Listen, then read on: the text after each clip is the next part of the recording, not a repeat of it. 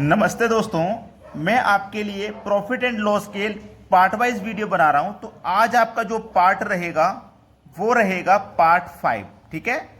और आपको ये वीडियो कहां देखने को मिलेंगे ये मैं आपको बता देता हूं। ग्रुप डी 2025 के नाम से एक प्लेलिस्ट बनाया है जिसमें ये सभी वीडियो आपको मिलेंगे। और आप अगर ग्रुप डी की तैयारी कर रहे हैं तो हमारे चैनल को सब्सक्राइब कर लें और इस ग्रुप डी 2025 की प्लेलिस्ट से तैयारी करिए और आपकी एग्जाम की तैयारी हो जाएगी। चलिए स्टार्ट करते हैं। पहला सवाल, एक दुकानदार अपनी वस्तु पर 15% अधिक अंकित करता है। मांग बढ़ जाने के कारण वह 10% मूल्य और अधिक बढ़ा देता है। वह कितना प्रतिशत लाभ प्राप्त करेगा? बहुत अच्छा सवाल। देखो, पहले से उसने 15% प्रॉफिट कमाया। भाई 15% उसने अधिक अंकित कर दिया तो 15% कमाया। ठीक है। फिर बाद में उसने 10% और बढ़ा दिया। देखो, अब समझ लीजिए प्रश्न को। जैसे मान लो कोई चीज 100 रुपए की है, उस पर 15% बढ़ा दिया तो कितना बढ़ा दिया? 15 रुपए ही तो बढ़ेगा। भाई 15% का मतलब 15 रुपए बढ़ेगा। अब उसने क्या काम किया? 10% मूल्य और अधिक बढ़ा दिया। तो पहले से वो 15 रुपए का फायदा ले रहा था, अब उसने 10% फायदा और ले रहा है तो इस 15 पे ले रहा है। तो वो क्या करेगा? 15 का 10% निकालिए। परसेंट का मतलब बटे में 100, एक जीरो से एक जीरो कटेगा। ठीक है। और यहां पे देखो एक जीरो है तो एक 10 संख्या बाद 10 लगेगा, 1.5 हो जाएगा। यानी कि वो इतना प्रॉफिट और कमा रहा है। ठीक है। तो देखिए, पहले 15 का प्रॉफिट, ठीक है, 15 के बाद में 10 का, और 10 पे फिर कितने का? 1.5 का। ठीक है, 1.5 का। अब 1.5 का उसने कमाया। ठीक है, 1.5 का उसने कमाया। 15 और 10 25, और 25 में जोड़ दिए 1.5, तो ये हो जाएगा 26.5। और ये किस ऑप्शन में है? डी ऑप्शन में। ये आपका आंसर हो गया। अब देखते हैं अगला सवाल। अगला सवाल है, चीनी के मूल्य में 20% की कमी हो जाने पर एक महिला 100 रुपए में 5 किलो चीनी अधिक खरीद पाती है। चीनी का मूल्य ज्ञात करें। देखो, 20% की कमी हो गई। 20% की कमी हो गई। 20% की फ्रैक्शन वैल्यू होती है 1/5। यही तो होती है भाई। 20 में परसेंटेज की वैल्यू आपको निकालनी है फ्रैक्शन में, तो कैसे निकालते हैं समझ लो। जैसे 20% है, बहुत सारे बच्चे तो कहेंगे सर 20% का 1/5 कैसे हो गया? समझ लीजिए कैसे हो गया। 20 लिखोगे, ये वाला 20, इस परसेंट का मतलब होता है बटे में 100। ठीक है। अब इसको आप कटाओगे तो ये 20 एकम 20, 20 पंजे 100 कटेगा तो ये 1/5 हो गया। ठीक है। इसका मतलब है 5 पर 1 की कमी। 5 पर 1 की कमी। तो सबसे पहले अगर मैं प्राइस लिखूं, ठीक है, तो पहले प्राइस 5 रुपए था, अब हो गया 4 रुपए। ठीक है, पहले प्राइस 5 रुपए था, अब प्राइस हो गया 4 रुपए। फिर यहां पे क्या कहा है? 100 रुपए में 5 किलो चीनी अधिक खरीद रहे हैं। 100 रुपए में 5 किलो, 100 रुपए में 5 किलो। ठीक है, तो हम क्या करेंगे? इसमें 20 से डिवाइड करेंगे। तो 100 रुपए में 5 किलो चीनी जब हम खरीद रहे हैं तो हम 20 रुपए में 1 किलो खरीद रहे हैं, है ना। 20 रुपए में हम 1 किलो ही तो खरीदेंगे। क्लियर है इतनी बात? तो यहां पे हमसे बोला है कि 5 किलो चीनी अधिक खरीद पाती है, तो चीनी का मूल्य हमें ज्ञात करना है। ठीक है, चलिए चीनी का मूल्य कैसे ज्ञात करेंगे समझ लीजिए। यहां पे क्वांटिटी लिखिए। क्वांटिटी कितनी है? क्वांटिटी पहले 4 होगी और फिर बाद में 5 होगी। इसी का अपोजिट आ जाएगा। भाई 5 पर 1 की कमी हुई तो 4, तो 4 इधर ले लो, 5 इधर ले लो। यानी कि 4 से 5 मतलब 1। 1 बराबर कितने के? 5 के। 1 बराबर 5 के, तो 4 बराबर 20 के, और 5 बराबर 25 के।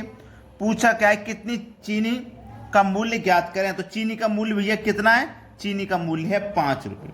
पहला ऑप्शन हो जाएगा सवाल का सही जवाब। क्लियर हो गया सभी को? किसी को कोई समस्या नहीं होगी?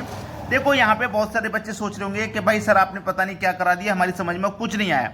देखो, 5 की चीज पर 1 की कमी, 5 की चीज पर 1 की कमी मतलब 4 की, वो चीज 4 की होगी। अब इसको अलग अलग लिख लेंगे पलट के।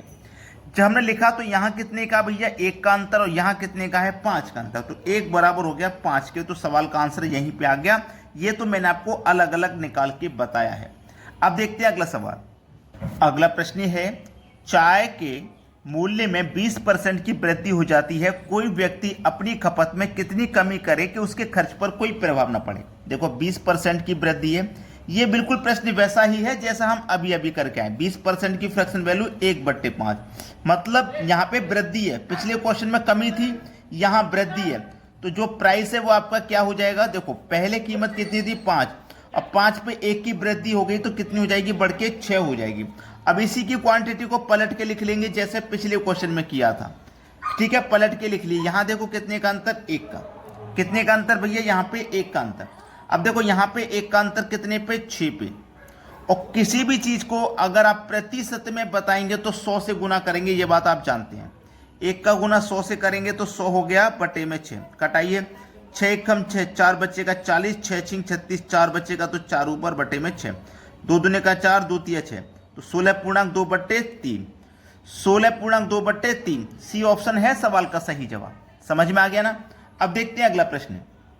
अगला प्रश्न है, चीनी का मूल्य 20% घटाया और खपत में 30% बढ़ाया गया, तो नए व्यय एवं पुराने व्यय के बीच का अनुपात ज्ञात करें। अच्छा सवाल है, देखिएगा कैसे होगा।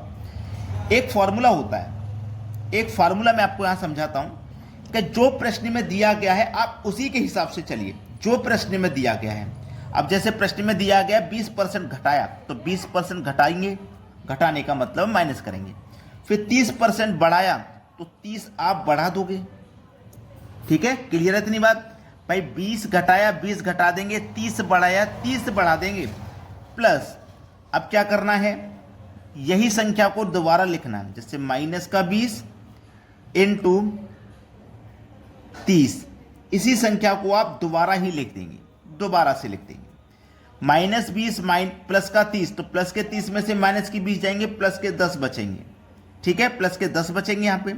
अब देखो माइनस का 20 और ये प्लस का 30, ये 20 है और ये 30 है, इसको सरल करिए तो ये क्या है, -20, यहाँ पे गुना दिया गया है तो इसका मतलब -20 का आप निकालेंगे 30%, परसेंट का मतलब बटे में 100, 2 जीरो से 2 जीरो कट गया, 2 तिया 6, किसका 6, माइनस का 6, तो आप माइनस का 6 करोगे, 10 में से 6 जाएंगे 4%, 10 में से 6 जाएगा 4%, तो अब 4 लिखिए और परसेंट का मतलब बटे में 100 लिखिए।